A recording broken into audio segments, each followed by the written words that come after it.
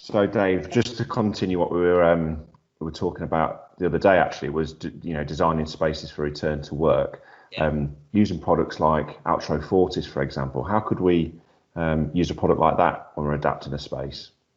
Well, the Fortis was it's actually based on the top selling colours from the Altro White Rock Satins range. So we actually got quite a few customers saying, we'd love to use White Rock as wall protection, but it needs a slight surface emboss that's going to help against bumps and scuffs and things like that. So in the majority of times, we would probably recommend it in areas such as corridors where there's, trolleys. There might be beds in hospitals. There might be pallet trucks where things get bumped and scuffed against the wall. So it's got a slight texture to it, but it's quite subtle texture. So it's enough to hide the bumps and scuffs, but it's not enough to compromise on the hygiene. So it can still be wiped clean. It can still be steam cleaned. Even like where I'm sat now, I quite often, my monitor is sort of there and I sit against the back wall here and my chair bumps up against the wall and there's, I would show you, but I'll mess the camera up, but there's bumps and scuffs against my painted wall. So, I could probably do with something here to help in my office.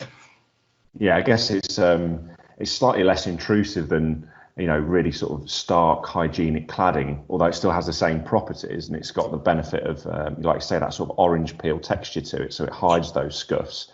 It doesn't really look like a sort of hygienic wall covering or finish, really, does it? No, most of the colours are fairly neutral. Sometimes if you want to make a real statement, if you go and say a children's ward in a hospital, then you might see a really brightly coloured, wall protection that might be cut into waves and make some kind of feature out of it. But if it's just a workplace, you probably want to go with something quite subtle and something that you wouldn't even notice is there until you look more closely. And that's, as I said before, normally installed up to dado height. You can finish it with a bit of colour matching mastic. Ultra mastic, which matches, or there is a start edge trim, which is a little bit like the capping trim, the capping strip that you get on the top of flooring when you cove it. Looks quite neat. So there's loads of different ways to finish the product, but obviously there's plenty of different trims that you can use where you can abut, any of the Altro Floors products, and you can easily transition from the Fortis to the Altro White Rock products easily as well. So it's almost like a complete system, isn't it?